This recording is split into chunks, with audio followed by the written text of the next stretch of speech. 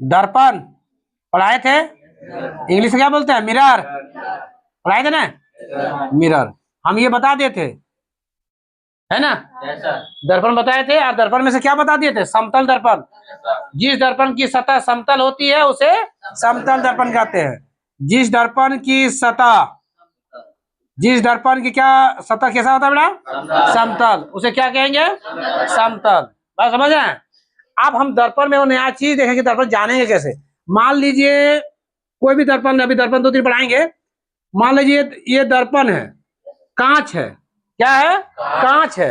दर्पण वो कब बनेगा, जब उसको रांगा जाएगा, पेंट किया जाएगा, तब वो क्या कहलाएगा, दर्पण। अगर हमें पीछे साइड में इधर रंगना शुरू कर दिए, पीछे साइड में, बात समझ रहा है, तो इधर से प्रकाश जाएगा और जाने के बाद इधर पार नहीं करेगा, क्योंकि यदि इधर से गया तो इधर मुड़ गया, इधर मुड़ गया, वो रिटर्न चलाएगा। क्यों चलाएगा, क्योंकि इधर क्या है, रंगा हुआ है, क्या हुआ है, रंगा हुआ है। बात ये क्लियर है। तो दर्पण की ये जो देख रहे हैं ना, ये दर्पण का सतह है, ये दर्पण का क्या है, सतह है। ये हो गया भीतरी भाग, ये हो गया बाहरी भाग। हम बाहरी भाग को रंग दिए, और समझ में आया। तो आप जैसे प्रकाश इधर से जा रहा है तो जैसे पार नहीं करेगा। छोटा में हम लोग क्या करते थे, दर्पण लेते, आईना ले लेते थे और सूर्य का प्रकाश लेते थे, ऐसे मारते थे किसी आंख वाँख में। अभी भी तुम लोग शायद करते हो, करते हैं ना। वो रिटर्न उधर से आया, फिर प्रकाश उसकी आंखों में या उसके शरीर में जाता था और टकराता था, समझ गया। तो आने वाले किरण को बोलेंगे आपतित किरण। कौन किरण है, आपतित। आ रहा है तो क्या हो गया, आपतित किरण। आने के बाद परा रहा है तो परावर्तित किरण। कौन किरण होगा, परावर्तित। आने के बाद आया तो आपतित किरण, दर्पण से टकराया और पराया तो परावर्तित किरण। यहाँ तक क्लियर है। तो आने रहेगा तो इस तरह रहेगा चिन्ह, पराएगा तो इस तरह रहेगा, क्योंकि यहाँ से गया और उसी में रिटर्न आया। इसको आने वाले किरण क्या बोलेंगे, आपतित किरण। बढ़ाने वाले क्या बोलेंगे, परावर्तित किरण। यहाँ तक क्लियर है। अब हम देखेंगे प्रकाश का परावर्तन। क्या देखेंगे, प्रकाश का परावर्तन का नियम। ठीक है। ये परावर्तन जो होता है वो दर्पण में होगा। किसमें होगा, दर्पण में, आईना में होगा। लेकिन अपवर्तन जो होता है, अपवर्तन, वो अपवर्तन जो होगा वो लेंस में होगा। लेंस समझते हैं ना, चश्मा में जो लेंस लगा रहता है उसमें होगा। तो अपवर्तन होगा लेंस में, ये भी कांच का ही बना रहता है। और दर्पण भी जो होता है परावर्तन, वो भी कांच का ही बना रहता है। दोनों एक ही चीज है, लेकिन दोनों का, लेंस हो या दर्पण हो, दोनों किससे बना रहता है, कांच से बना रहता है। तो लेंस जो हुआ है, लेंस में क्या होता है, अपवर्तन, और दर्पण में क्या होता है, परावर्तन। तो अभी हम दर्पण पढ़ रहे हैं, दर्पण को डिटेल कंप्लीट करेंगे, तब हम लेंस में जाएंगे और अपवर्तन के बारे में पढ़ेंगे। तो परावर्तन के जो नियम है उनको लेके आप डैश दीजिए।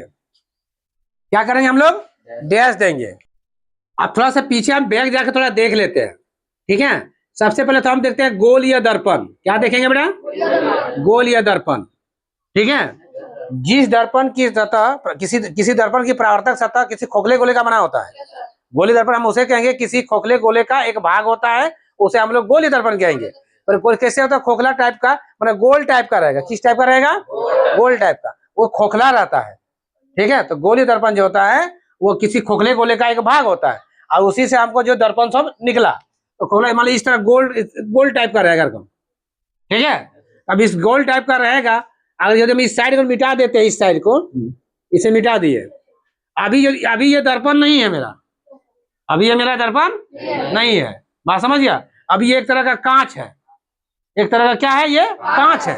दर्पण कब होगा, जब इसमें हम रांगना शुरू करेंगे, जब हम इसको रांगेंगे, जब इसको हम रांगेंगे तो क्या होगा, ये दर्पण होगा। जब इसको हम रांगना शुरू करेंगे तो वो दर्पण होगा। तो आप जैसे मान लीजिए हम ये वाला दिए हैं, ये वाला कौन भाग हुआ और ये कौन भाग हुआ, ऐसे गोल था कि नहीं था, गोल हुआ। तो ये कौन सा, भीतरी भाग, और ये वाला कौन हो गया, हम इसको मिटा दो, ये वाला कौन भाग हो गया, भीतरी, और ये क्या हो गया, बाहरी। तो बाहरी, ये दर्पण का सतह है, ये क्या है, अभी कांच का ही सतह है। अब हम इसको रांगना शुरू किए, रांगे ना, रांगे कि नहीं रांगे। तो हम किस दर्पण को, कौन सतह को रांगे, बाहरी भाग। तो बाहरी भाग को जो रांगेंगे उसको हम लोग कहेंगे अवतल दर्पण। कौन दर्पण कहेंगे, जिस दर्पण की बाहरी सतह रंगा हुआ हो उसे और किसी को पढ़ने दीजिए, पीछे लो दिक्कत हो जाएगा। ठीक है, जिस दर्पण की बाहरी सतह रंगा हुआ हो क्या बोलेंगे उसको बेटा? अवतल दर्पण। ठीक है, ये अवतल हो गया। हमारे इसी में क्या करेंगे, हम भीतर साइड रंगना शुरू करेंगे, है कि नहीं? तो ये क्या हो जाएगा? उत्तल दर्पण। क्या कहेंगे? उत्तल। इसका दूसरा नाम भी है, अपसारी दर्पण भी बोलते हैं।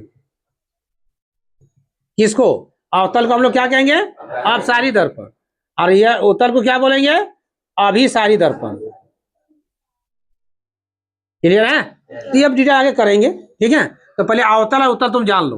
तो जिसकी बाहरी सतह रंगा हुआ हो, जिस दर्पण की बाहरी सतह रंगा हुआ हो, कौन सतह? उसे हम लोग क्या कहेंगे? और जिस दर्पण की भीतरी सतह रंगा हुआ हो क्या कहेंगे? उत्तल दर्पण। यहां तक क्लियर हुआ? आज जिस दर्पण का सतह समतल होगा उसे हम लोग कहेंगे समतल दर्पण। जिस दर्पण की सतह कैसा होगा? समतल होगा। कैसा समतल होगा? ध्यान से देखिएगा। जैसे मान लीजिए दर्पण है, सतह है, दर्पण का क्या है? सतह है। हम ये समतल है कि नहीं? अब इसको रंग दिए। ठीक है, इस दर्पण का यहाँ मध्य बिंदु करेंगे हम, सतह का मध्य बिंदु। सतह में हम मध्य बिंदु दे दिए।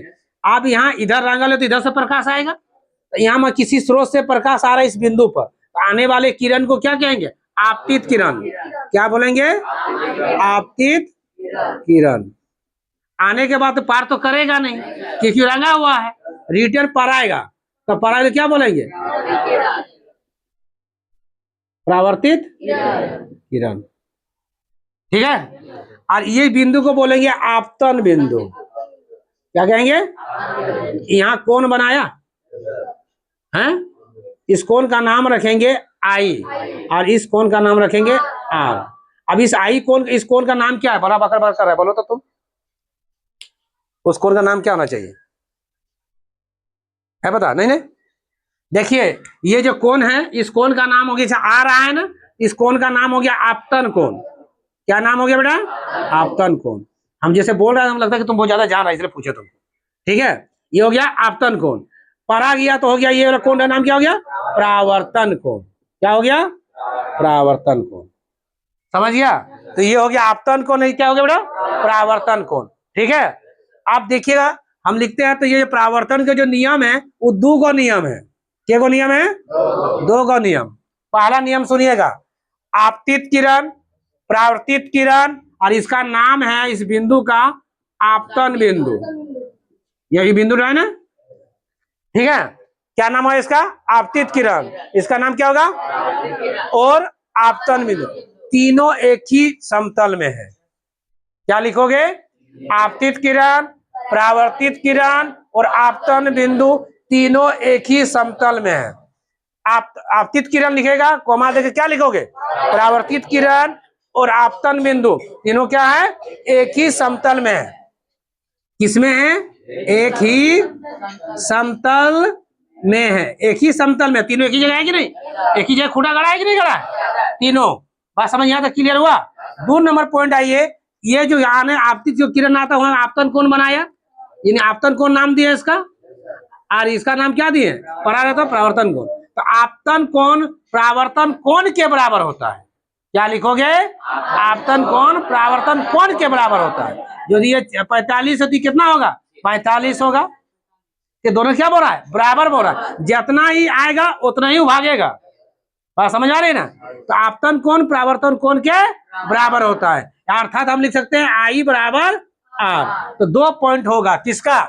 प्रकाश का परावर्तन का नियम। फिर से सुनिए, आपने से लिखना होगा आप लोग का कि आपतित किरण, परावर्तित किरण और आपतन बिंदु तीनों एक ही समतल में होता है। एक बार बोलिए तो।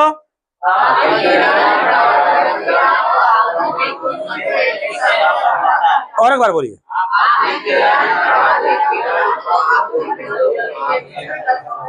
और एक बार बोलिए।